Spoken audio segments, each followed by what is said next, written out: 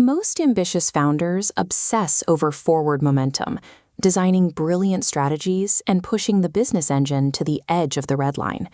Many believe corporate governance belongs strictly on Wall Street, a bureaucratic requirement for massive, publicly traded behemoths. This assumption leaves smaller enterprises and family operations exposed. The informal nature that helped them start makes them incredibly vulnerable as they scale. Think of strategy as the accelerator. Pushing that strategy without governance is equivalent to strapping a rocket to a car with no steering wheel and no brakes. You go fast right up until the moment you careen off a cliff. A single blind spot or impulsive decision can dismantle a thriving company overnight. To survive its own speed, a business must pass a structural stress test. That stress test begins at the absolute top of the corporate hierarchy, the boardroom. In many private companies, the board is simply a list of relatives or close friends. They exist to nod along and sign whatever paperwork the CEO provides. A functioning board takes a more adversarial role. Its primary job is to challenge strategy, probe for weaknesses, and identify risks the executives ignore. They act as a legal and structural shield.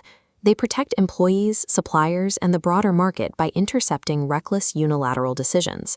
Without genuine independence, a board functions as an echo chamber. Instead of mitigating failure, it mathematically increases the risk of a high-speed collision. To exert control and build outside trust, a board relies on three core mechanical pillars. The first is transparency. Every financial metric and strategic move must be completely verifiable. This requires accurate data and eliminating secondary sets of books. The second is accountability. When a major initiative fails, leadership absorbs the impact. Executives take the hit directly rather than deflecting blame to the staff. The third is fairness. The system ensures equal treatment for all stakeholders, creating a rigid boundary that locks out nepotism and inside deals. These mechanics manufacture credibility, the currency required to attract outside capital and hire elite talent. We can evaluate the integrity of these mechanics right now. Let's run a 5-point Shindanshi stress test on your organization. Question 1. Does your board include an independent voice, or is it populated by people sharing the same last name? Question 2. Are company funds and personal capital strictly, legally divided? Question 3. Is there a secure, anonymous channel for employees to report corruption with no fear of termination? Question 4. When large projects are approved, is there a mandatory audit to ensure executives aren't hiring their own relatives? And question 5. This chart highlights a major failure state: declining revenue paired with rising executive pay. Does your compensation map to actual performance, or do leaders receive bonuses during a loss?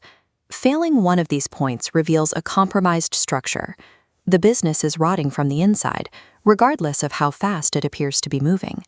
A business failing this stress test operates on borrowed time. It remains a fragile personal project rather than a resilient corporation. When evaluating long-term survival, Warren Buffett established a foundational rule regarding corporate credibility.